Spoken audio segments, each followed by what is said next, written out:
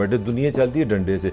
India घटिया है, India अच्छा है, इंडिया बुरा है। गोरे को पता चल गया कि इंडिया दुनिया की 5वीं बड़ी इकॉनमी है। इंडिया को सलाम। इंडिया ने इसीलिए हम पे प्रेशर डाला हुआ है। मैं बार बार आपको कह रहा हूँ, दुनिया की कोई कौम हो, मैसेज ये, जब तक आप फाइनेंशियली इंडिपेंडेंट होंगे दुनिया आपको तंग करेगी। हिंदुस्तान कितना टैक्स पर जीडीपी कलेक्ट करता है?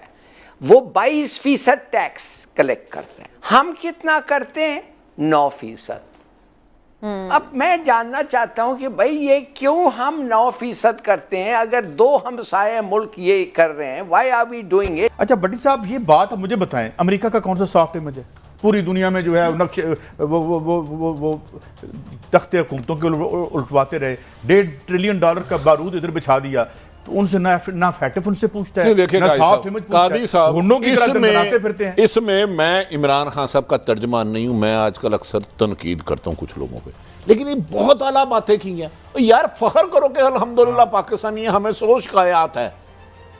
अगर मैं अच्छी अंग्रेजी बोलने से क्या डाकू का डाका जायज हो जाएगा? तो लूटमार जायज हो जाएगी? फ्रॉड जायज हो जाएगा? इस पे अच्छा जल्दी से दीजिए। मुझे ठीक है इमरान खान साहब की बात गलत थी, मगर मेरा उनके लिए एक मैसेज ये है कि जब आप फेडर के रहम करम पे रहेंगे, IMF से 6 बिलियन के लिए जाएंगे, हर महीने बाद मुझे खबर सुनाएंगे सऊदी अरब से पेट्रोल उधार मिल गया, तो कौमों की सेल्फ रिस्पेक्ट नहीं बनती।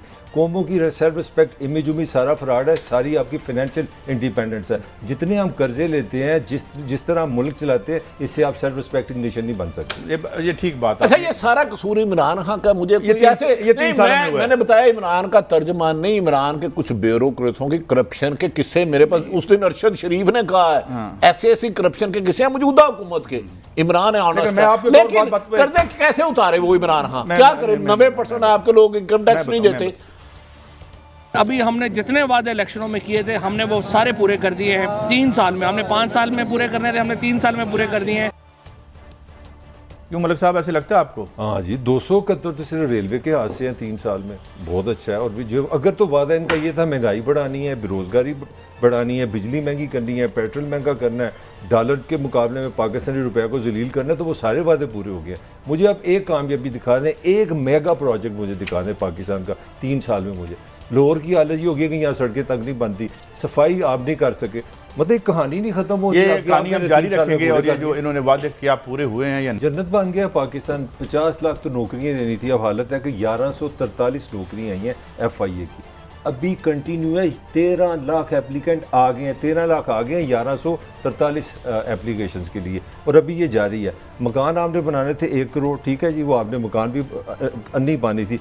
अब इस वक्त 1 करोड़ 10 लाख पाकिस्तान में अपना मकान है, और 3.5 लाख आप ऐड करते जा रहे हैं।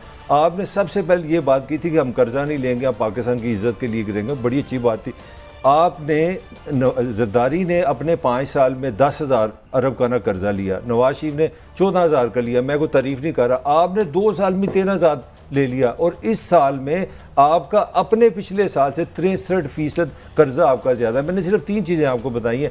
महंगाई की जो शरह पिछले हुकूमत में थी, मैं किसी की तारीफ नहीं कर रहा, वो 4 से 5 थी, आप 11 पे ले आए। बेरोज़गारी आपने डबल कर दी। मुझे बता दें, आपने वादे सारे पूरे कर दिए अगर ये आपके वादे थे। अब आप मुझे बता दें कि इसमें क्या पाकिस्तान के लोगों को क्या मिला है। लोगों का एक ही मसला होता है, महंगाई है, बेरोज़गारी है, बिजली है, पेट्रोल है। कोई चीज़ मुझे बता दें, आम आदमी का सबसे बड़ा जो मसला है वो महंगाई है। ये इमरान खान साहब को चाहिए कि लगड़ बगड़ छोड़ के अच्छे बंदे लाएं जो उनसे हट गए। फैक्ट्स में देख के वहाँ यूरेनियम पकड़ा जाता है, ओपन मंडी में बिक रहा है। इसके अलावा जो इस वक्त इंडिया की जो ब्लैक इकॉनमी जो इन्वॉल्व है, 18 से ज़्यादा जो एब्सकॉन्डर हैं उसको बरतानिया पनाह दे के बैठा हुआ है। सिर्फ एक उनका, हालांकि एक्सट्रेडिशन का मुआहदा भी मौजूद है। जितने फ्रॉडिये यहाँ से भागते हैं और ये जो फैटफ हम पे लगाते हैं, काले धन को पार करने के तमाम माशाल्लाह चीज़ें, सहूलतें मौजूद है वहाँ पर, और वो हम पे कार्य होते हैं। क्यों? क्योंकि हम, वही आपकी बात कि हम इन फ्रॉडियों की वजह से कर्जे दर सूद दर वो ले रहे हैं। काई साहब, अगर तो आप समझते हैं दुनिया अखलाक से चलती है, तो फिर मेरा हमें चोर नहीं बैठे। दुनिया चलती है डंडे से। इंडिया घटिया है, इंडिया अच्छा है, इंडिया बुरा है। गोरे को पता चल गया कि इंडिया दुनिया की 5वीं बड़ी इकॉनमी है। इंडिया को सलाम। इंडिया ने इसीलिए हम पे प्रेशर डाला हुआ है। मैं बार बार आपको कह रहा हूँ, दुनिया की कोई कौम हो, मैसेज ये, जब तक आप फाइनेंशियली इंडिपेंडेंट होंगे दुनिया आपको तंग करेगी। अमेरिका में कितना कर्जा है? $28 ट्रिलियन उसकी तो पाकिस्तान कितना है? लेकिन कल परसों मैं किसी मिनिस्टर का देख रहा था, उस पर हल्का एलिगेशन ले गया, वो रिजाइन चले गया। यहाँ आपके मुल्क पे अपोजिशन लीडर में 25 अरब रुपए की करप्शन का लगता है, वो कहते हैं मुझे तो पता ही नहीं, बेटा कहता है मुझे तो पता ही नहीं।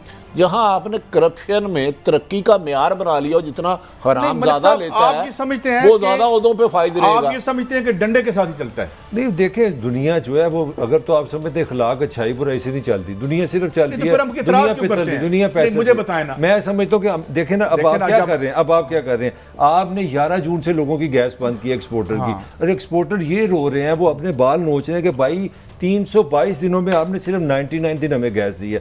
गैस ना होने का मतलब है कि आपके मुल्क में 5 से 10 बिलियन, तकरीबन 1200-1300 अरब आप कमाते हैं टैक्स में। तो आप अपनी इकोनॉमी को इस तरह, ये हुकूमत भी गलत कर रही है। जून में गैस नहीं, मेरी बात खुदा का खौफ है, जून में गैस नहीं। मेरी बात सुने, जब आपने अपनी इंडस्ट्री को 80 से लेके अब तक इनके हवाले किया है प्राइवेटाइजेशन के नाम पे, जहां आपका वापडा 23 बिलियन डॉलर के सारे प्रोजेक्ट आज के मुताबिक वक्त पे उसने मुकम्मल किए थे, ये किसने किया? मुझे बताएं ना, आज आप रोते हैं जरदारी साहब के बारे में, तो बोलते नहीं। आपने सुना था कभी? मुझे बताएं, फिर कहते हो मुझे क्यों निकाला था?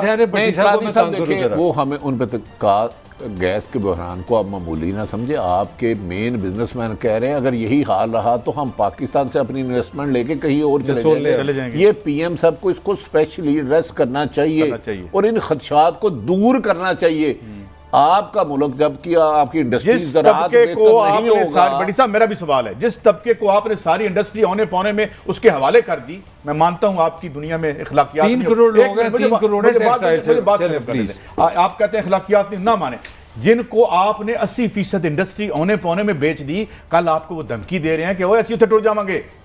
ये है इनकी नेशनैलिटी, तो ये इनकी कौमियत है। पैसे का कोई मतलब नहीं, यार ना कहा करे मुझे क्यों निकाला, अगले ने डंडा मार के काट चढ़ाया। अगर ताकत ही सब कुछ है, पैसे का कोई मतलब नहीं होता, कोई मतलब नहीं होता, फिर ना डिफेंड करें ना, डिफेंड ना किया करें। अगर तो ताकत ही असूल है सबसे बड़ा, तो फिर ताकत डंडा चलन दो। कायद साहब गुजारिश ये है, फिर असूलों की बात, करप्शन के खिलाफ आपको क्रॉस द बोर्ड करना होगा। 40 साल से ज़ियाउल हक 3 तोहफे दे गया, एक नवाज शरीफ, एक हिरवन कलाशन, एक MQM। आप उसको आज तक ये कौम डिसमेंटल ही नहीं कर सके। क्या वाकई हुकूमत कहीं ऐसा तो नहीं कि खाम ख्याली में ही खोई हुई है और जो प्रैक्टिकल टारगेट्स हैं वो उसने सेट नहीं किए हैं और फिर उसका इवेंचुअली जो खमियाजा है वो पूरे अवाम को भुगतना पड़ेगा? देखिए समीना, हमारे अवाम को सोचना चाहिए हिंदुस्तान कितना टैक्स पर GDP कलेक्ट करता है। वो 22% टैक्स कलेक्ट करता है। बांग्लादेश कितना करता है? 25% टैक्स वो कलेक्ट करते हैं पर GDP। हम कितना करते हैं? 9%। अब मैं जानना चाहता हूं कि भाई ये क्यों हम 9% करते हैं? अगर 2 हमसाये मुल्क ये कर रहे हैं, why are we doing it? और क्यों हम ज्यादा कभी बढ़ा नहीं सकते? इसमें क्यों प्रोग्रेस नहीं होता? अगर इसमें प्रोग्रेस होता तो देयर वाज नो नीड कि हम IMF प्रोग्राम में भी जाएं। अब सोचिए क्या होने वाला है समीना। मेरे ख्याल में अगर हमने ठीक ठाक जवाब इनको नहीं दिया कि हमारे पैसे किधर आएंगे कर्ज देने के लिए, तो पता क्या होगा? वो हमारा ट्रांच रोक देंगे। अभी नहीं, दिसंबर में वो हमारा ट्रांच, अक्टूबर दिसंबर में। देखिए अक्टूबर दिसंबर में बहुत चीजें होने जा